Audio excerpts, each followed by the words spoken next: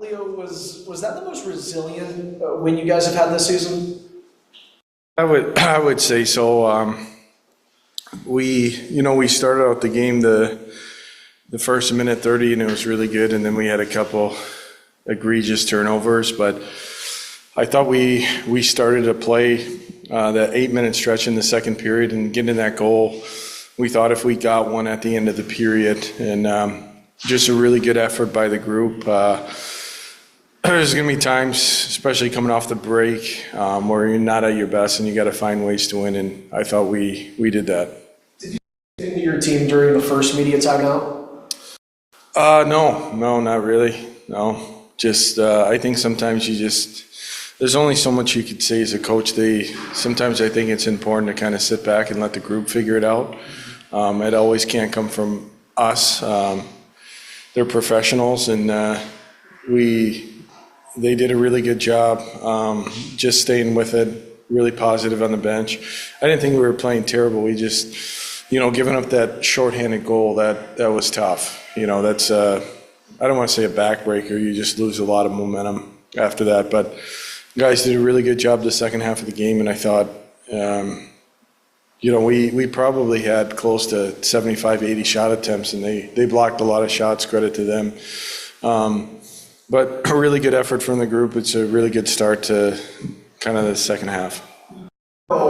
Just how much of a game of momentum hockey is, and they make it 2-0 like you said. I think maybe 2 or 3 minutes later, Devin Levi ends up making a save point blank on Perron. I mean, how big is that save to prevent? Yeah, it's, anytime you get down by 3, that's a really tough ask for the group.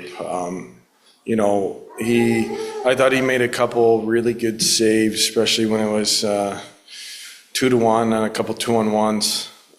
We got to clean up the power play. I think we gave up 3-4 odd man rushes off our power play. That needs to get better for sure. But he kept us in it. He made a couple big saves. I thought we did a good job defending again. I don't know what the shots were, but I think we gave up less than 25 again, which is good. That's what you want. But we just got to clean up some of the stuff where we're giving up odd man rushes.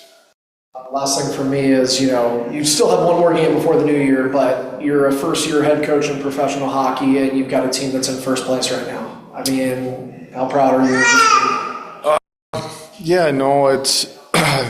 I honestly don't look at the standings that much. I want us to play team hockey, and I want us to keep getting better. And I think that's the biggest thing with the group. Even though we started the season 1-3, but we were playing really good. And I think it started in preseason when we got to play those NHL preseason. You couldn't kind of see the group that we had, but we got to keep playing team hockey. I still think there's some individuals that can be better for our group.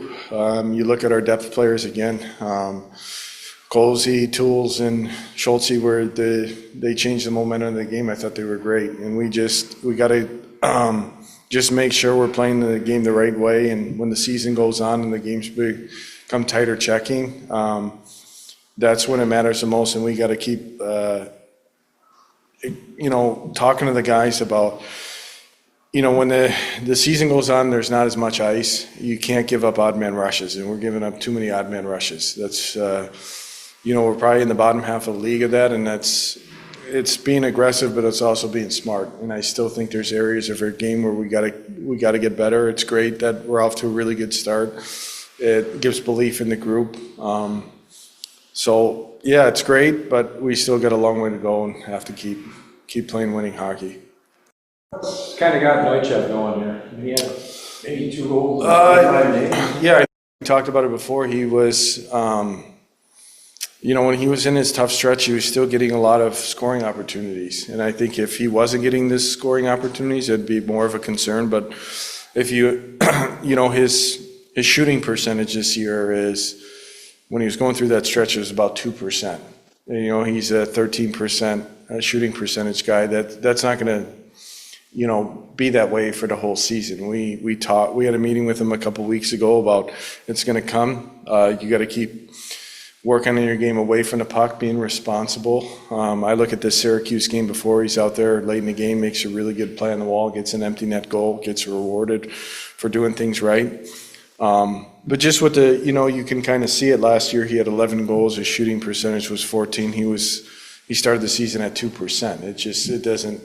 It doesn't match up. We knew he was going to eventually score. We needed him to score. And it was a big goal for us. I mean, Fiddler Schultz seems to fit pretty well. Yeah, I can't say enough about him. He's a winner.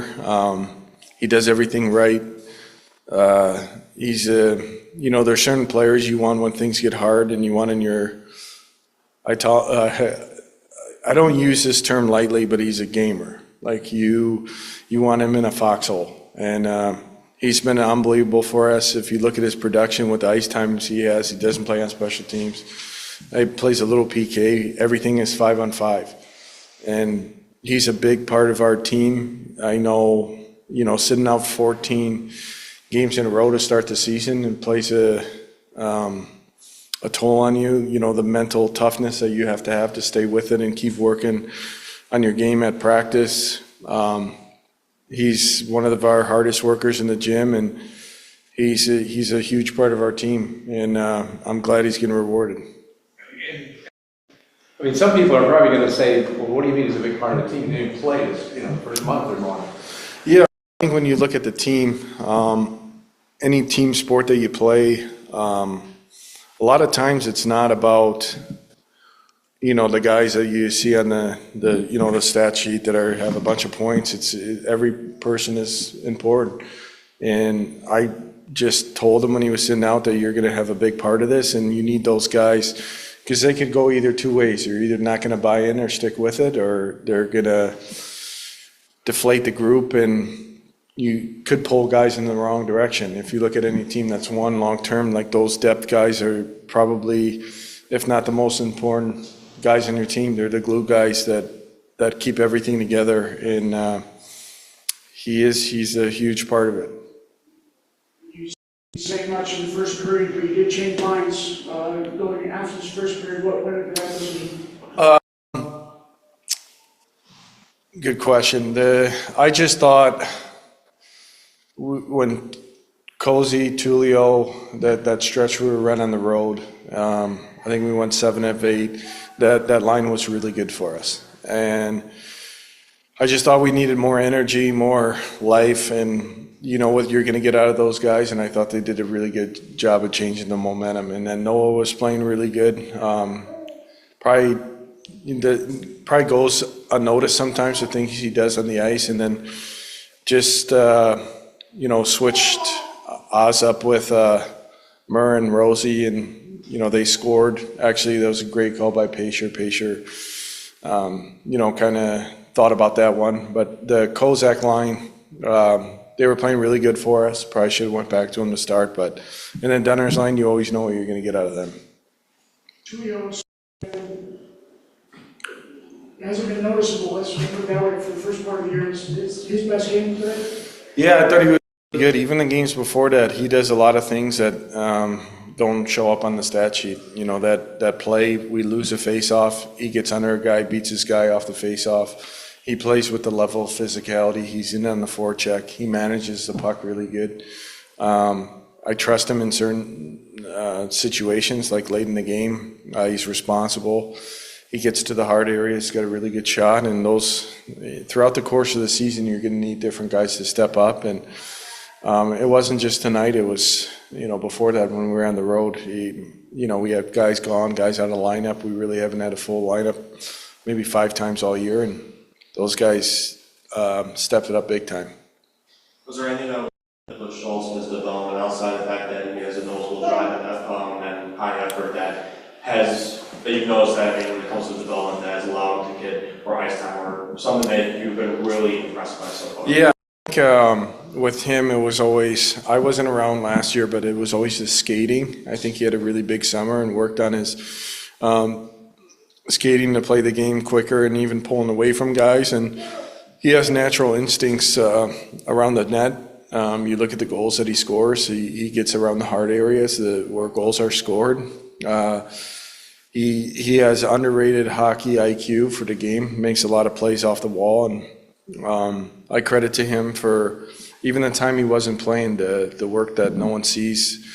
First one at the gym, you know, a lot of workouts with Crave when he wasn't playing, and for him to go through that stretch and now be a huge part of it is a credit to his work ethic and who he is as a person. And second intermission with the locker room that you noticed, like just some energy change or like feeling like that this team's going to carry the momentum in the third period, which they did. Yeah, the three things we talked about was actually after the first period was we got to play smart, manage the puck, shift length. We didn't do that. We didn't play hard enough. We lost a lot of 50-50 battles, lost a lot of 50-50s off face-offs, box outs, and then we didn't play fast enough. And I thought, you know, I challenged the guys, and we got to make a decision on how we need to play this game to be successful coming off a break. And I credit the group a lot for coming back and playing a really good 40 minutes.